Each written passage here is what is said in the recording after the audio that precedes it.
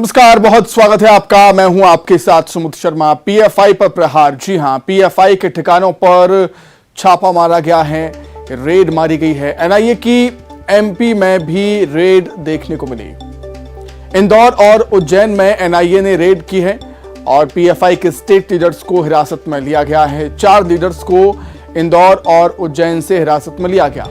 Terror funding से जुड़े दस्तावेज और साहित्य को जब्त कर लिया है। पीएफआई पर बैन लगा सकती है एमपी सरकार।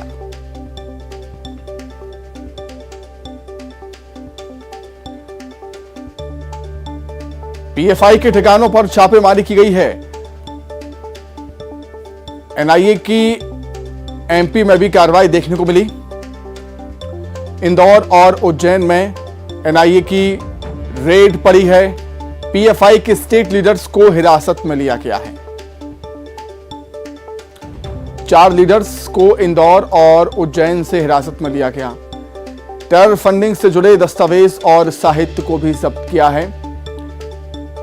पीएफआई पर बैन भी लगा सकती है मध्य प्रदेश की सरकार। 10 राज्यों में छापेमारी चल रही है इस समय।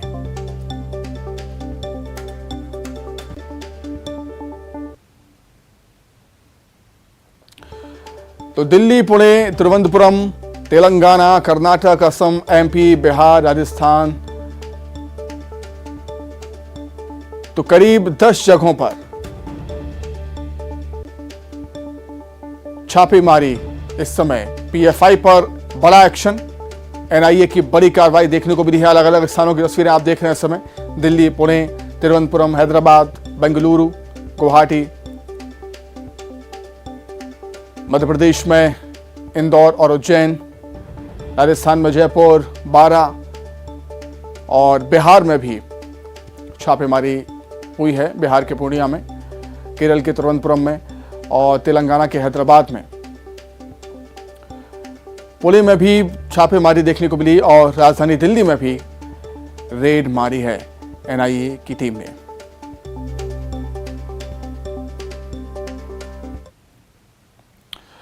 तो पीएफआई मामले पर अमित शाह ने बैठक भी की है। एनएसए समेत कई अफसर इस बैठक में मौजूद हैं। तो एनआईए की जो कार्रवाई है, पीएफआई के ठिकानों पर जो कार्रवाई चल रही है इस समय एनआईए की, उस पर गृह मंत्रालय की भी नजरें हैं और इसी को लेकर गृह मंत्री अमित शाह ने एक बैठक बुलाई है। इस बैठक में एनएसए समेत कई बड़े अधिकारी, अफसर मौजूद हैं।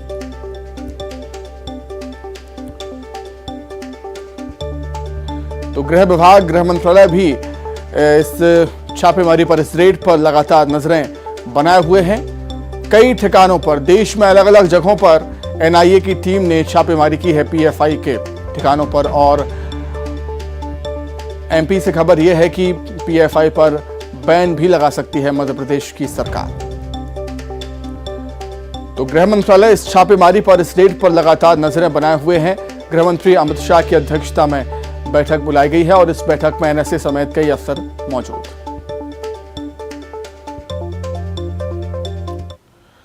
वहीं इंदौर में पीएफआई रेड का मामला है। उज्जैन के आमिर को हिरासत में लिया गया। पीएफआई ऑफिस के पास के जिम में ये ट्रेनर था। जिम संचालकों से भी एनआईए ने पूछताछ की है। तो इंदौर में भी कार्रवाई देखने को मिली एनआईए की। पीएफआई पर रेड का यह मामला। उज्जैन के आमिर को हिरासत में लिया गया। पीएफआई ऑफिस के पास के जिम में यह ट्रेनर था और जिम संचालकों से भी एनआईए ने पूछताछ की है इस मसले को लेकर।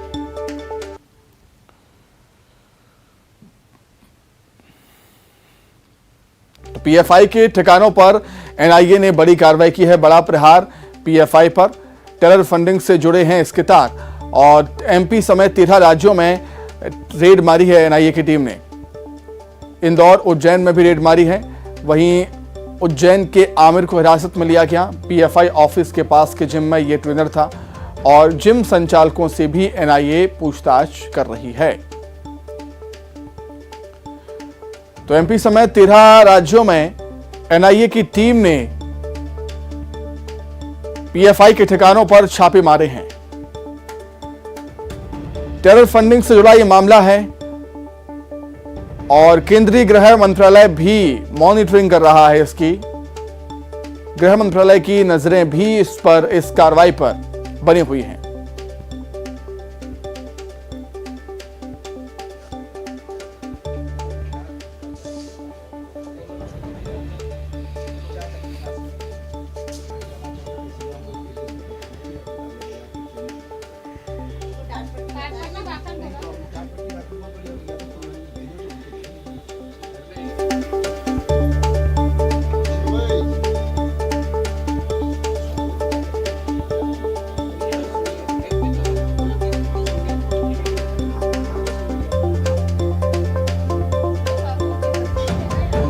एनआईए ने आज देश भर में छापेमार कार्रवाई की है। मध्य प्रदेश के गृह मंत्री नरोत्तम मिश्रा मेरे साथ हैं। ये बताइए, मध्य प्रदेश में भी तमाम जगह छापेमार कार्रवाई की गई है एनआईए की तरफ से। पीएफआई जो संगठन है उस पर एनआईए ने राज्य पुलिस के साथ में रह के छापे डाले। गृह मंत्रालय ने आपको भी जानकारी दी होगी? हाँ, निश्चित रूप से दिए। मेरे को हमारे यहाँ की पुलिस और इंटेलिजेंस के द्वारा जानकारी दी गई है। तो कितने लोग गिरफ्तार हुए हैं इस मामले में?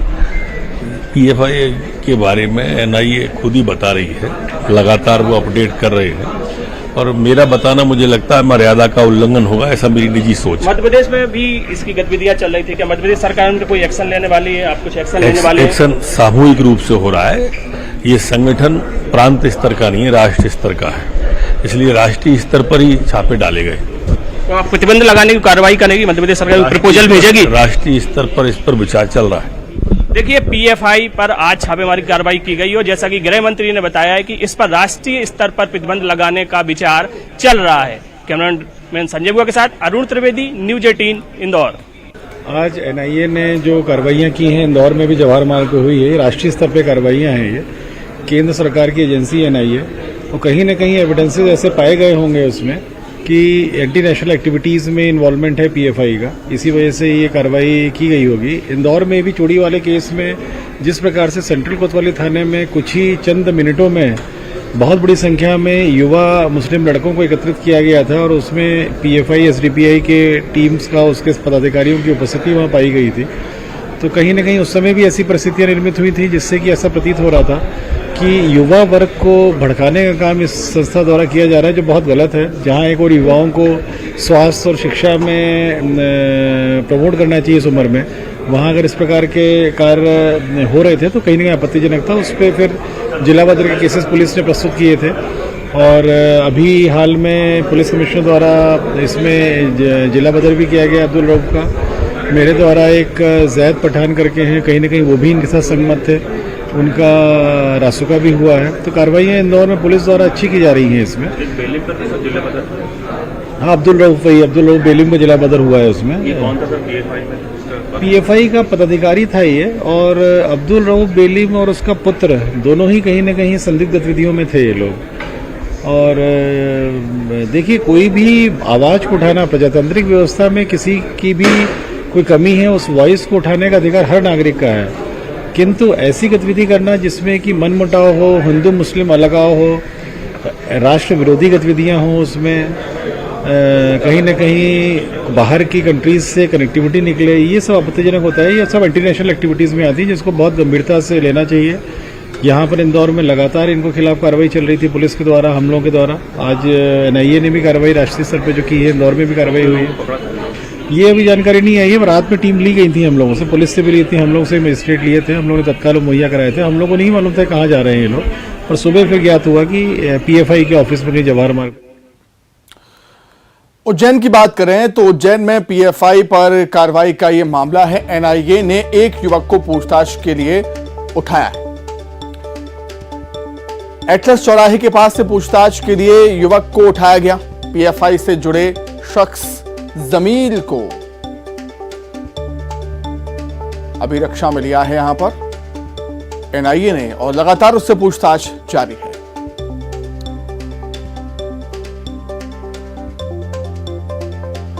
तो संदिग्धों को पूछताछ के लिए यहां पर अभिरक्षा में लिया जा रहा है।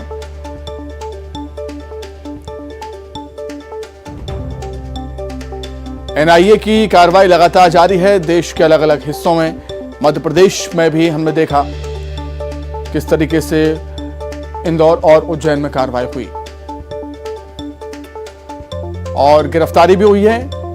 आमिर नाम के शख्स की उज्जैन से गिरफ्तारी हुई। ये पीएफआई के ऑफिस के पास जिम में ट्रेनर था और जिम संचालकों से भी पूछताछ हो रही है। वहीं उज्जैन की बात करें तो यहां पर एनआईए ने एक युवक को पूछताछ के लिए अभिरक्षा में लिया। चलिए ज्यादा जानकारी के लिए दो अलग अलग जगहों से हमारे सहयोगी इस समय जुड़ गए हैं। इंदौर से जुड़े हुए हैं अरुण त्रिवेदी और राजधानी भोपाल से जुड़े हुए हैं शैलेंद्र भदौरिया। शैलेंद्र, इससे पहले हमने देखा था राजधानी भोपाल की बात करें, मध्य प्रदेश की बात करें तो जेएमबी आतंकी गिरफ्तार हुए थे। अब पीएफआई के ठिकानों पर एनआईए ने कार्रवाई की है और लगातार हम देख रहे हैं कि गृह मंत्रालय की भी इस पर नजर है और गृह मंत्री का यह भी कहना था कि पीएफआई पर प्रतिबंध भी एमपी सरकार लगा सकती है और इस पर विचार भी किया जा रहा है। बिल्कुल सुमित, जिस तरीके से मध्य प्रदेश के इंटेलिजेंस डिपार्टमेंट ने मध्य प्रदेश के गृह मंत्रालय को एक रिपोर्ट सौंपी थी और ये बताया था कि पीएफआई के भी कुछ एजेंट्स जो है मध्य प्रदेश में धीरे धीरे सक्रिय हो रहे हैं। खासकर बुरहानपुर, खंडवा, रतलाम, इंदौर और उज्जैन, ये वो इलाके हैं जहां धीरे धीरे वो सक्रिय हो रहे हैं। क्योंकि पिछले दिनों जिस तरीके से इंटेलिजेंस ने जो इनपुट जुटाया था उसमें इस बात की भी पुष्टि हुई थी कि उनके तार जो है वो सिमी से भी जुड़ रहे हैं और ऐसे में उसके बाद से ही मध्य प्रदेश सरकार इन लोगों की जो गतिविधियां हैं उस पर लगातार नजर बनाए हुई थी और वही एक रिपोर्ट जो है वो मध्य प्रदेश सरकार ने केंद्र सरकार को सौंपी थी। और केंद्र सरकार चूंकि पीएफआई के जो टेरर फंडिंग हुई थी उसको लेकर पहले से इस पूरे मामले की जांच कर रही थी और ऐसे में जब देश भर में कार्रवाई करने का काम शुरू हुआ तो उससे मध्य प्रदेश भी अछूता नहीं रह सका, बल्कि मध्य प्रदेश में जो इनके ठिकाने थे खासकर इंदौर और उज्जैन, वहां पर जो है तड़के सुबह आज जो है एनआईए और ईडी की संयुक्त कार्रवाई को अंजाम दिया गया, जिसमें इंदौर और उज्जैन से कुल 4 लोगों को हिरासत में गिरफ्तार किया गया। इसके अलावा कुछ लोगों को हिरासत में लेकर पूछताछ भी शुरू कर दी है। क्योंकि मध्य प्रदेश की जो एनआईए हो या फिर दूसरे इंटेलिजेंस एजेंसियां हैं वो लगातार इस जो पीएफआई है उनके जो लोग हैं खासकर जो पदाधिकारी हैं उनकी गतिविधियों पर नजर बनाए हुए थे। कुछ गतिविधियां ऐसी सामने आई थी जिससे साफ हो रहा था कि वो देश विरोधी जो गतिविधियां हैं उसमें संलिप्त न केवल संलिप्त पाए जा रहे हैं बल्कि मध्य प्रदेश के जो युवा है उनको भी भड़काने का काम कर रहे हैं। जिस तरीके से इंदौर कलेक्टर ने भी कहा कि इंदौर में जो घटनाक्रम हुआ था उसमें भी ये देखने में आया था कि पीएफआई के से जुड़े जो लोग थे उनके द्वारा ही जो दूसरे युवा हैं उनको भड़काने का काम किया गया था। कहीं ना कहीं शांति को बिगाड़ने का काम और हिंदू मुस्लिम के अलगाव करने का काम जो है वो पीएफआई के एजेंट्स के द्वारा लगातार मध्य प्रदेश के कुछ इलाकों में किया जा रहा था और उसी के चलते अब ये पूरी कार्रवाई को अंजाम दिया गया है। हालांकि कितनी टेरर फंडिंग मध्य प्रदेश को हुई है इसकी अभी आधिकारिक पुष्टि नहीं हुई है, लेकिन कई तरह के दस्तावेज जो है एनआईए और ईडी की टीम को मिले हैं तो निश्चित तौर पर जब ये कार्रवाई पूरी होगी, जो पूछताछ की जा रही है लोगों से जो हिरासत में और गिरफ्तार किए गए उन लोगों से, जब ये पूरी कार्रवाई पूरी हो जाएगी तब ये पता चल पाएगा कि मध्य प्रदेश में इंदौर उज्जैन के अलावा कौन कौन से और ऐसे ठिकाने हैं जहां पर पीएफआई के एजेंट जो है लगातार सक्रिय और किस तरह की देश विरोधी गतिविधियों में इन लोगों की संलिप्तता है और क्या अगला इनका प्लान था। ये सारी जानकारियां जो है जब जांच पूरी होगी तब सामने आएगी और ये भी पता चलेगा कि आखिर किस किस इलाके में कितनी कितनी फंडिंग की गई है। फिलहाल जो है वो कार्रवाई लगातार जारी है। जिस तरीके से सुबह से ये कार्रवाई शुरू हुई थी और धीरे धीरे जैसे जैसे वक्त आगे बढ़ रहा है वैसे वैसे एनआईए और ईडी की कार्रवाई भी आगे बढ़ती जा रही है। पहले कुछ लोगों को हिरासत में लिया गया, फिर उनकी गिरफ्तारी की गई, उसके बाद अब जो धीरे धीरे जो लोगों से पूछताछ हो रही है उसके आधार पर जो भी इनपुट्स उनको मिल रहा है और उसके आधार पर आगे कार्रवाई की जा रही है। ये बात सही है कि मध्य प्रदेश में जब सिमी के साथ इनके कनेक्शन होने की जानकारी मिली थी उसके बाद से ही मध्य प्रदेश में इस बात के स्वर उठने लगे थे कि मध्य प्रदेश में पीएफआई को बैन कर देना चाहिए। लेकिन जिस तरीके से गृह मंत्री नरोत्तम मिश्रा ने साफ किया है कि ये जो संगठन है ये राष्ट्रीय स्तर पर ये काम करता है और ऐसे में जब बैन करने की बात आएगी तो मध्य प्रदेश सरकार नहीं बल्कि केंद्र सरकार इस पर बैन लेने की जो प्रतिबंध लगाने की कार्रवाई है वो करेगी। और ये कहीं ना कहीं केंद्र की सरकार जो है वो भी इस दिशा में लगातार प्रयास कर रही होगी कि जिस तरीके से इनके खिलाफ जो है सारे सबूत जुटा लिए जाएं और उसके बाद आधिकारिक तौर पर इन पर पूरी तरीके से बैन लगा दिया जाए। जी बिल्कुल। उज्जैन का इंदौर का रुख कर लेते हैं। अरुण त्रिवेदी हमारे साथ जुड़े हुए हैं। अरुण, गृहमंत्री नरोत्तम मिश्रा से आपने बातचीत की।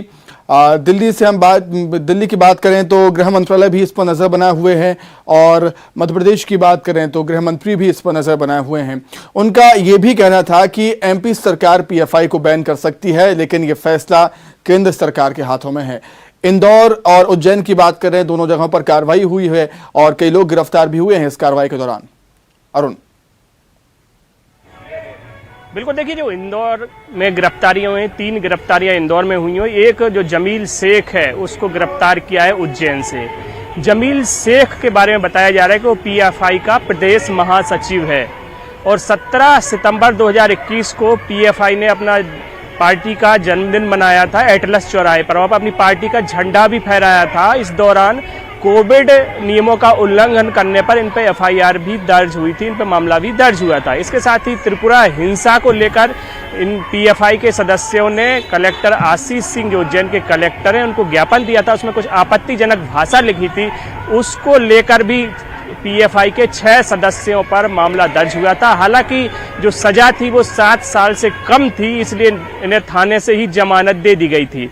तो ये पीएफआई की गतिविधियां लगातार इंदौर और उज्जैन में सक्रिय रूप से चलती रही हैं और यही वजह है कि आज इन दोनों जगहों पर छापे की कार्रवाई की गई है। इंदौर की अगर बात की जाए तो इंदौर में भी पीएफआई का जो सबसे पहले जो नाम आया था वो चूड़ी वाले का जो पिटाई हुई थी, उसके बाद थाने का घेराव किया गया था, उसमें आया था कि युवाओं को भड़काने का काम पीएफआई कर रही है। और अभी भी जो खरगोन में दंगे हुए हैं उसमें भी इसका नाम लिया जाता रहा है। हालांकि इसकी पुष्टि अभी तक नहीं हुई है, लेकिन नाम इनका लगातार आता रहा है।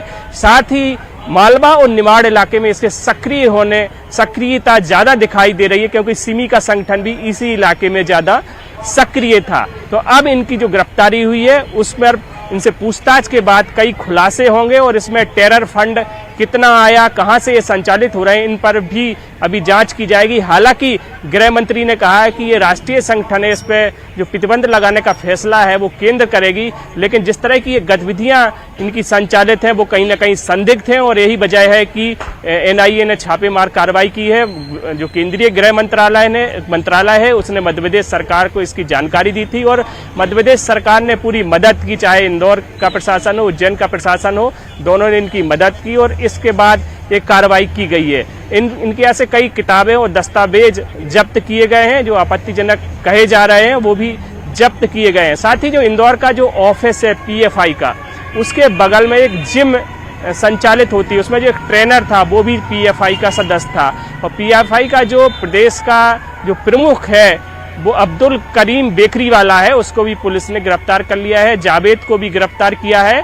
और इसके पहले जो जिला प्रशासन है इंदौर का, उसने भी पीएफआई के जो अब्दुल रयूफ हैं उन पर जिला बदर की कार्रवाई की है और एक जावेद थे उन पर भी कार्रवाई पुलिस ने की है। इसके पहले भी 2 थानों की सराफा और पंडितनाथ थाना की पुलिस ने इनके ऑफिस पर छापेमारी की थी कुछ समय पहले, ये बताया जा रहा है। तो ये तमाम गतिविधियां हैं जो इंदौर और उज्जैन में इनकी संचालित हो रही थी और यही वजह रही कि इन पर छापे की कार्रवाई की गई। रात में एनआईए की टीम पहुंची, पूरे इनके ऑफिसों को खंगाला गया। इनके जावेद को तो घर से ही गिरफ्तार किया गया है और जमील को भी उसके घर से गिरफ्तार किया है और कुछ किताबें और आपत्तिजनक साहित्य पुलिस ने बरामद किया है और इनको लेकर कहा जा रहा है कि अब दिल्ली इनको लेकर ये पुलिस एनआईए रवाना हुई है।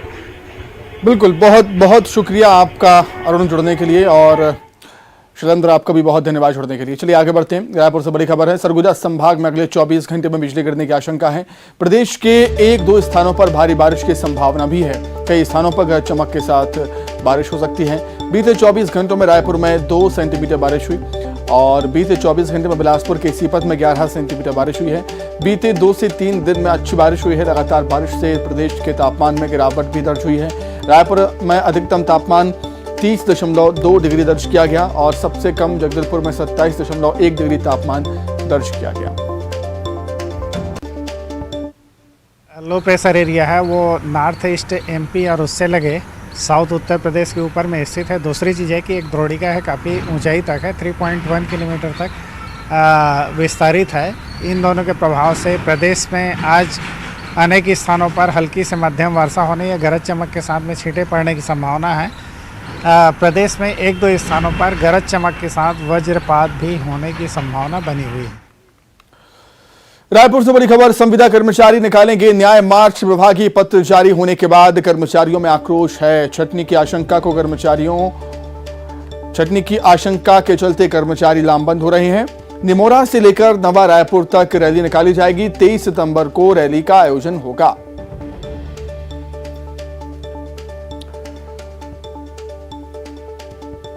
विभागीय पत्र से कर्मचारियों में आक्रोश है, जिसको लेकर ये रैली होगी।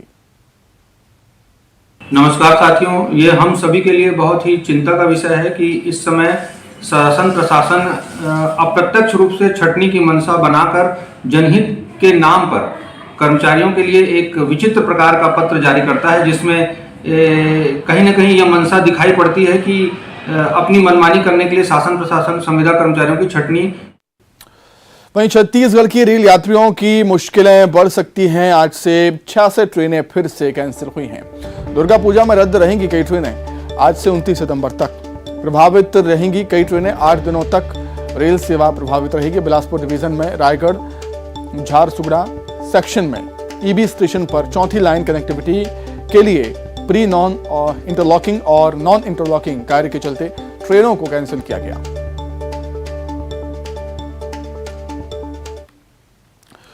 तो इसी के साथ ही फिलहाल इस बुलेटिन में इतना ही। खबरें लगातार जारी हैं। नमस्कार।